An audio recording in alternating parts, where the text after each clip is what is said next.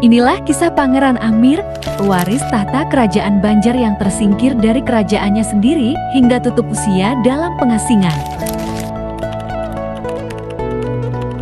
Pangeran Amir memiliki nama panjang Muhammad Iyauddin Amirullah, putra keempat dari Sultan Muhammad Aliuddin Aminullah yang merupakan Sultan Tamjidullah I atau Sultan Banjar ke-10, dengan ibu yang bernama Permaisuri Ratu Muhammad binti Sultan Tamjidullah I, di mana Pangeran Amir merupakan kakek dari Pangeran Antasari, dan Pangeran Amirlah menjadi suri tauladan Pangeran Antasari untuk gigih berjuang melawan Belanda. Pangeran Amir disebut pula Pangeran Mangkubumi Amir dikarenakan latar belakang beliau kala itu memiliki status pangeran sekaligus menjabat sebagai Mangkubumi atau kepala administrasi pemerintahan.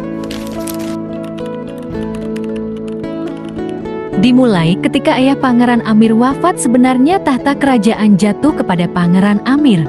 Namun karena usia Pangeran Amir belum dewasa, untuk sementara pamannya yang menjadi pemimpin kerajaan, dan dari sinilah akhirnya terjadi perebutan kekuasaan oleh paman Pangeran Amir dengan bantuan Belanda hingga Pangeran Amir tersingkir dari kerajaannya sendiri, dan Pangeran Amir pergi ke Tanah Bumbu untuk mencari dukungan dari saudara ibunya yaitu Ratu Intan I yang menjadi penguasa Cantung dan Batu Licin, hingga pada akhirnya Pangeran Amir bisa mendirikan kerajaan Kusan dan menjadi Raja Kusan I.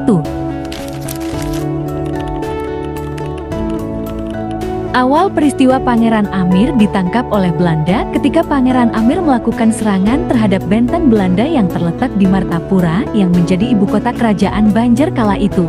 Sebagai balasan karena Belanda telah membunuh ayah Pangeran Amir pada tahun 1772 saat menjadi Sultan Banjar ke-10 bersama 3.000 pengikutnya serta dibantu Arung Tarawe yang merupakan saudara dari ibu Pangeran Amir. Ternyata serangan Pangeran Amir dapat ditaklukkan Belanda di bawah pimpinan Residen Peter Anthony van der Perre. Dibawa ke Batavia yang kini menjadi Jakarta hingga dijatuhi hukuman mati oleh Dewan Perang Hindia Belanda.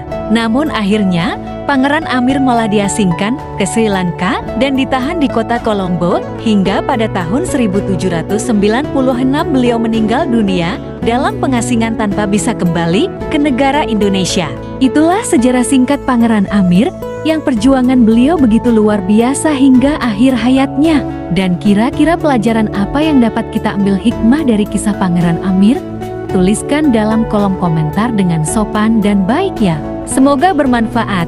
Terima kasih banyak telah menonton hingga selesai.